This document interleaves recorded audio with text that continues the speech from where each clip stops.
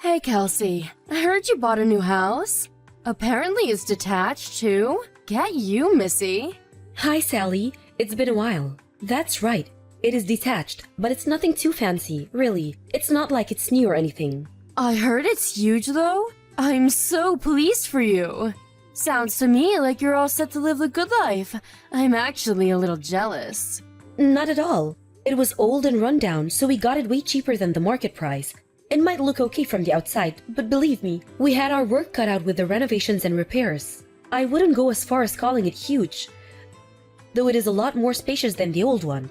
You know how much bigger they build them in the countryside? But you renovated it, right? I bet it looks like a palace now. Renovating your own house seems to be all the rage lately. Just the other week, I heard about my friend's friend reforming his whole house. I've seen TV shows about it too. Just yesterday afternoon, I was watching one called Peeps Designs. Everyone's doing it. Well, I guess you're not wrong. You do hear about it a lot now. Anyway, enough beating around the bush. Are you gonna tell me or what? When's the big day? When are you moving in? When? Next month. That's really soon. I wish you'd have told me earlier. I am your mother-in-law, you know. I did plan on telling you sooner. I've just been busy with all sorts of things, that's all. Sorry I kept you out of the loop all this time. That lazy son of mine almost never gets in touch with me, you know. I get the feeling that if I didn't text and call him, we'd never speak. I sometimes wonder if he still holds what happened between us. in the past against me. Do you by any chance mean that time you and his dad stole the money from his scholarship when he was in college? Oh, you know about that? Come on, dear. Stole is a bit drastic. Yeah, I know. I don't think it's drastic at all. I heard all about how you gambled away his entire scholarship fund on the slots at the casino. Oopsies. Weren't we just the naughtiest? Not just the casino either. My husband used his fair share on horse racing. He had to work 2 jobs while studying for a master's in biochemistry because of what you guys did. He told me it was the hardest period of his life. He literally had no free time and was getting by on cup noodles, 3 hours of sleep a night, and ungodly amounts of coffee. As if that wasn't bad enough on its own, he said your dad took most of his wages too. We were going through a really difficult patch back then.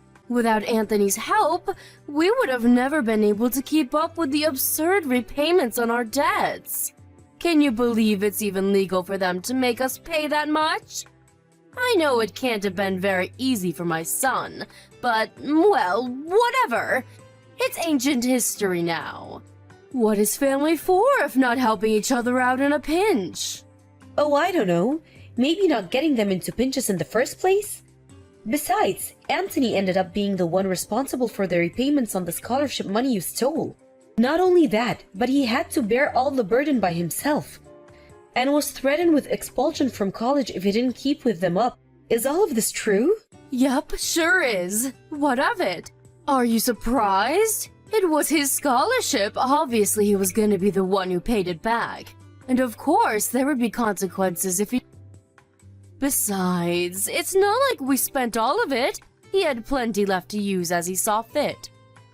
It's an undeniable fact that some of it got spent on college stuff and living costs, you know. Books, stationery, food, and of the like. Of course he should pay it back. He signed the document, so he has a duty. I just can't shake the feeling that his share of the burden was disproportionate with how much he actually got to spend on the stuff the scholarship was intended for in the first place. What exactly is the problem here? It all worked out in the end. He's working for a major global company now, right? Not only that, but you're rich enough to be able to afford a huge detachable house in the countryside, so things can't be all that bad. A few measly repayments on his scholarship are hardly gonna break the bank. This is hardly as dramatic as you're making it out to be. Most importantly, he agreed to do it. It's not like we did anything behind his back. I see. Anyway, forget that. This is old news, and we have much more important matters to discuss. Which reminds me, there was something I wanted to talk to you about. Something important? Yes, very, very important. Me and my husband have decided to move in with you both in your new house. Which means we'll be seeing you next month, Kelsey, my dear. Excuse me? Is my phone broken? Am I reading this right? You're moving in with us? You certainly are. You didn't think you were gonna be able to buy a big luxurious house like that and not share it with your beloved in-laws, did you? Let's be real here. That place is far too big for just... You'd be bored and lonely without us. It just so happens that me and my husband have been wanting to live in a big old house in the country for years now. It even has a yard, doesn't it? I'm so excited. I have all sorts of ornaments to decorate the lawn with. We couldn't believe it when we heard the news. The timing was so good anyone would think it was fate. Whoa. Just slow down a second, Sally. You can't just invite yourself to live with me and Anthony all of a sudden. Have you even mentioned it to him yet? Because this is the first time I've heard of it. Don't worry about him. He's always been a mommy's boy. He'll be over the moon when he finds out he's going to be able to see me every single day. He always was such a good, obedient child, and he's no different now. But still, it's not fair of you to spring this on us like this. That house was supposed to be for me and him to live in. We do have circumstances of our own, you know. What makes you think we're in any position to accommodate you? Circumstances? What kind of circumstances? Anthony's suffering with an illness. We found out a couple of days ago. He has cancer. What? Cancer? To get hit with a bombshell like that right before moving into our new place. We haven't come to terms with it yet and our heads are a mess. He hasn't started chemotherapy yet, but the doctors say things could get rough. We have a lot of preparing to do for the fight ahead. That's why we're simply not in any position to consider having you move in with us right now. On the contrary, all the more reason for us to move in with you. Let me help you nurse him back to health. This just settles it. We absolutely have to come now. It's times like this that family needs to pull together to be there for one another. No, it's fine, really. I can take care of things myself. The bottom line here is that we're in no position to take you in. Are you listening to me? It's not happening. I'm listening to you, but have you heard yourself? What you're saying is ridiculous. Why would you put all that pressure on yourself when there's someone offering to help you? Who are you, super nurse? What if you get sick too? What good is a convalescent bedridden mess to my poor son? Even if I just stick to housework, the burden on you would be a damn sight easier to deal with. Picture it. It's the ideal situation. I deal with everything around the house while you focus solely on nursing my boy back to health. Sure, it would be nice to be able to give him my undivided attention. Right? I'm glad you're coming around to my way of thinking, sweetie. I always knew you had a good head on your shoulders. Leave it to me. Let's all live together as one big happy family. Sally? What on earth is going on here? The house looks like a bomb site. I go out for one day and I come back to find the place looking like a hoarder's den? Welcome home, sweetie. If you're back, why don't you be a dear and get to work on the housework right away? The kitchen's dirty. How about you do something yourself for a change? Not only that, but you need to stop forcing Anthony to drive you places. He's going through the worst phase of the side effects right now. He's barely fit to walk around on his own, let alone drive the damn car. But it was raining. What else was I supposed to do? You're a clever girl. I'm sure you understand I had no choice. It's impossible to get anywhere living in the middle of nowhere without the car. Why did you have to buy a house this far from civilization in the first place? What does the location of our house have to do with you forcing your seriously ill son to chauffeur you around like you're a freaking aristocrat? Those are two completely different issues. You have to stop this. I do wish you'd shut up already. You're like a broken record. If the thought of your husband driving the car is so unconscionable to you, why don't you take me out yourself? It's easy to talk, but are you willing to put your money where your mouth is? Where exactly do you need to go so desperately? You don't even have a job. I like going into town. We live in the middle of nowhere. There are nothing but farms and mountains for as far as the eye can see. I'd go senile sitting around the house all day. The only reason I get Anthony to take me places is because you're nowhere to be seen. He could rest more if you weren't so unavailable. Why do you think I'm not available? I do have a job. You know, my husband is in no fit to work, let alone drive a car. I'm working for both of us to make up for the hit we took with him. Having to take time off work. And we highly appreciate your efforts, sweetie. I assure you. That reminds me, I ran out of money again this week. Can I have another $400? Excuse me? Wow, are you saying you spent the money I gave you already? I only gave it to you 3 days ago. Oh, please, Kelsey, did you really expect that to last me more than 5 minutes? It was pocket change. I lost it all in the slots of the casino. You blew the money I gave you to get on by the slots? Oh my god, Sally, has your husband been going to the casino with you too? Who knows? He's probably walking around the streets with a can of beer in one hand and a cigarette in the other. I've seen him in 3 days. He's probably loitering in an alley somewhere making people uncomfortable for all I know. I didn't want to have to say this to you, but you guys are spending too much money. I don't care if you're my in-laws. Wrong is wrong and this can't go on. We live together for crying out loud. Would it kill you to have a little more consideration for me and your son? What's the problem? Are you saying me and my husband shouldn't have hobbies? If you're gonna be like that, I'll just ask Anthony instead. My darling boy. I know I can always count on him to look out for me. He'd go to the bank or rush out to find an ATM in a heartbeat if I asked him to. Don't you dare! He's undergoing cancer treatment, damn it! He's fast asleep and you will not bother him. Fine, you win. I'll give you more money. Excellent. I knew you'd see things my way before long. You're a smart cookie after all. Me and my husband are gonna need $400 each this time. You're asking me for $800? There's no way I can afford that. You'll have to get by on half. You greedy tightwad. Surely with the amount of hours you're working, epoxy $800 shouldn't be a big deal. I have to draw the line somewhere. You're gonna gamble us out of this house if you keep this up. What's the big deal? Just convince Anthony to retire early. He'll get a nice, juicy severance package, and our money worries will be a thing of the past.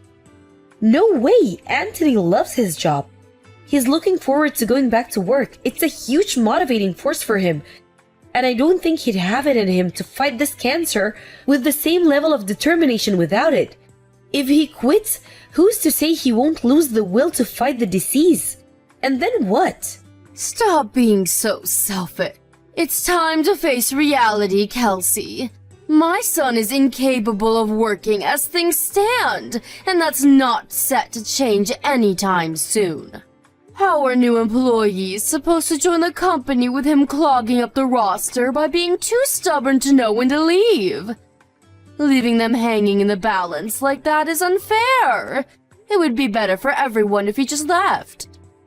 Don't even say things like that. My husband is no quitter. He isn't giving up and I won't give up on him. He will absolutely go back to work. I've never been more sure of anything in my life. Oh, to be young. One day, when you grow up, you'll realize blind faith never gets you anywhere. It's time to stop being so naive and childish and accept the harsh realities of life. Kelsey, I'm going for a few drinkies with the girls before I come home this evening. I won't be needing any supper. I see. In that case, I won't be able to come and pick you up. Please make your own way back in a taxi or get a lift from a friend. Huh? Are you joking? It's your day off work today. Are you telling me you'd rather laze around on your butt eating potato chips than give your elderly mother a lift home? I'm busy. Anthony's funeral might be out of the way now, but I still have tons of stuff to take care of. Ah, yes, the funeral. I was blown away by how big the turnout was. I had no idea he was loved and respected by so many people. He was always so shy and introverted. It's hard to imagine him having that many friends. Everyone loved Anthony because of how kind he was. He was a good man who would do anything for anyone. Yes, my Anthony was one in a million. It's just a shame he left us so young. Right. Anyway, the funeral's over now. So we really should get around to dealing with his belongings. Most of them are going to have to go in the trash, of course. Why? What's the rush? Can't we at least wait until it doesn't all feel so raw? He's barely been in the ground 5 minutes and you're talking about tossing his things in the trash? Why wait? It's going to happen eventually, so we may as well do it now. We need to clear out the room he spent his final weeks laid up in bed in. I want to turn it into my own personal hobby parlor. We're not clearing out his things. Why not? It's not like we're gonna use them anymore. Besides, this is not your decision to make. I make the rules from now on. Me and you are strangers now, and strangers aren't welcome in my home. Wow, what's that supposed to mean? It's exactly what it sounds like. Without my son here, you're nothing more than a stranger, no different to someone I'd pass by on the street. Are you trying to kick me out of the house? Bingo! I knew you'd get it eventually. Well done, sweetie. Think about it. Me and you aren't related by blood. I tolerated you when my son was around for his sake, but there's no reason for us to carry on living together now. This house rightfully belongs to me and my husband as a memento of my son.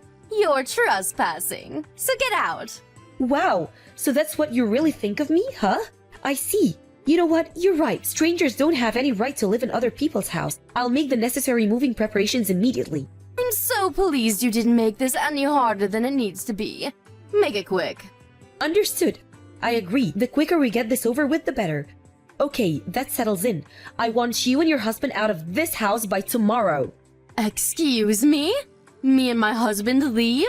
What are you talking about? You know, dear, anyone would think you're trying to get rid of us. The only one leaving this house is you. That's where you're wrong. You and your husband are the ones who'll be leaving. I've never heard anything more preposterous in my life.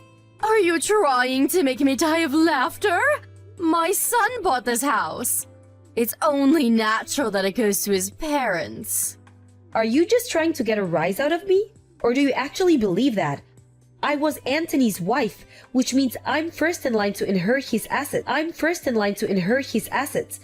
I'm the owner of this house. I want you to know that I had no intention of doing this before you tried booting me out. But you forced my hand. I want you and your husband gone by tomorrow evening, and that's final. How could you? My son would be turning in his grave if he could hear you right now. He'd never allow this. He's the one who let us live here in the first place. Well, Anthony's gone, which means I no longer have to tolerate your selfish shenanigans or walk on eggshells around you for fear of causing a big row. From now on, when it comes to anything to do with this house, my word is law, and you will do what I say. Why, you impertinent little upstart. You think you have the right to tell me what to do? I'm your mother-in-law. Show some respect. If you get cocky with me, it'll be the last thing you do. I promise you that. It'll be the last thing you do. I promise you that, little girl. You might not have realized this before because of how much I was holding back for Anthony's sake, but me and him are completely different. I have no intention of blindly obeying the irrational commands of a selfish, domineering, controlled freak with delusions of grandeur. You have no authority over me, Sally. But you did everything I told you up until now. Why are you— I was so obedient all this time was for my husband's sake. He was in a bad enough way as it was with the cancer and the chemotherapy. The last thing he needed was me and you at each other's throats all the time. He was bedridden for crying out loud. Think about that. How would you feel if you were gravely ill and surrounded by an atmosphere of conflict and hatred 24/7? I wasn't obeying you. I was merely tolerating you. Does that mean it's okay to disrespect his wishes now just because he's gone? I'm not disrespecting anything. The last thing Anthony would want is for me to be unhappy. And that's one thing that's guaranteed as long as you're around. Get out of this house as soon as possible. I'm prepared to take legal measures if you refuse. Legal measures? Don't be so dramatic, dear. If there's any doubt in your mind as to whom the rightful owner of this house is, then I'm willing to take the necessary steps to prove it to you once and for all. If there's a brain somewhere in that head of yours to stand on and disappear from my life forever. Come on, Kelsey. This is going too far and you know it. The idea of lawyers and judges is so unpleasant to you, then I suggest you get out of this house because I'm 100% serious. We can do this the easy way or the hard way. Just know that one of them involves you going to court. Both scenarios involve you and your husband getting out of this house, so you may as well make it quick. Ugh, fine. Look, if you do insist on kicking us out, can you at least give us more time? Tomorrow is too soon. It's just too soon.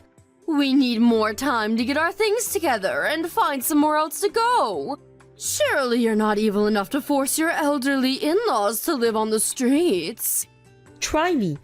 Who knows, maybe I really am that evil. Look, Kelsey, I understand you're stressed, and based on what you said, I get the feeling that over a year's worth of stress, upset, and dissatisfaction are coming to the surface in one big violent eruption right now.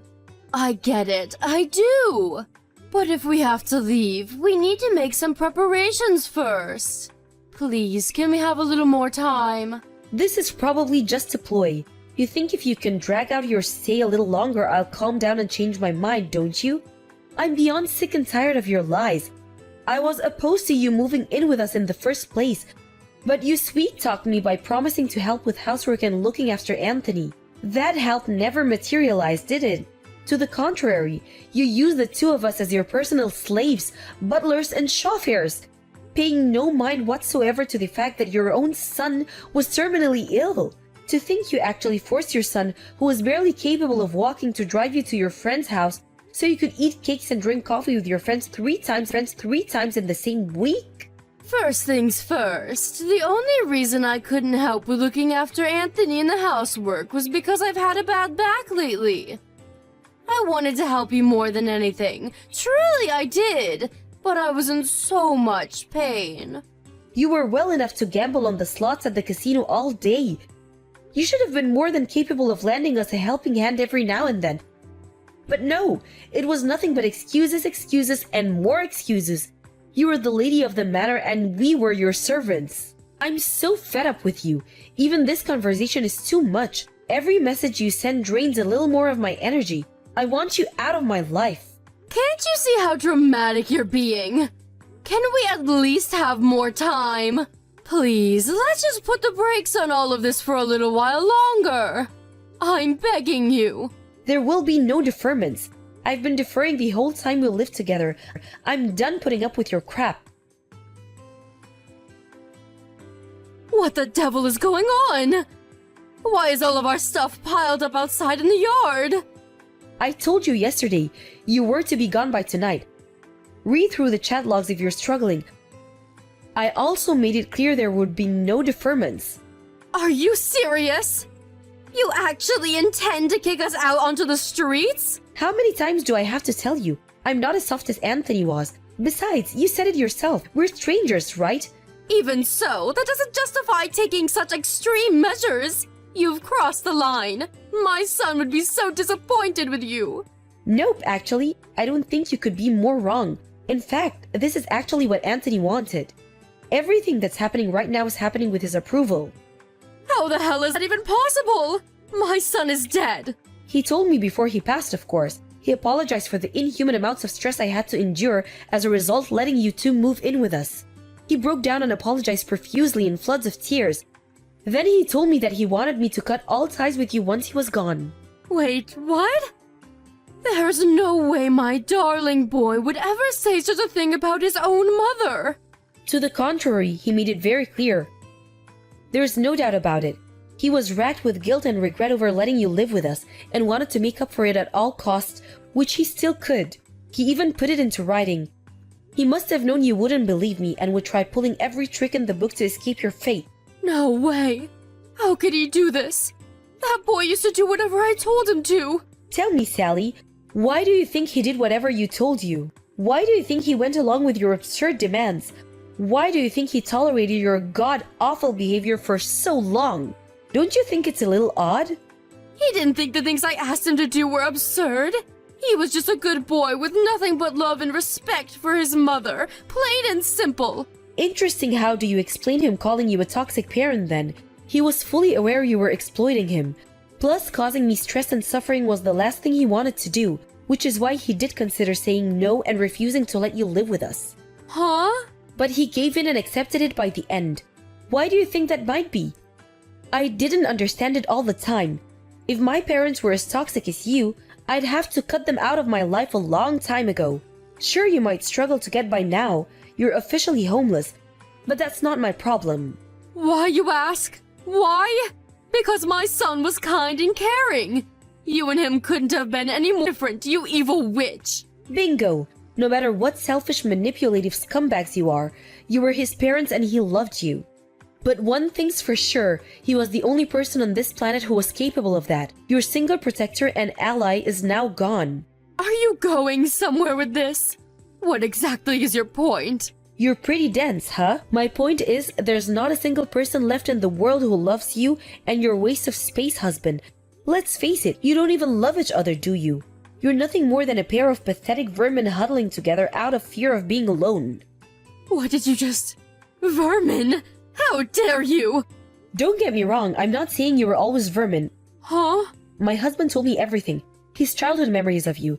He told me about how way back then, when your husband fell ill, you dropped everything to care for him around the clock.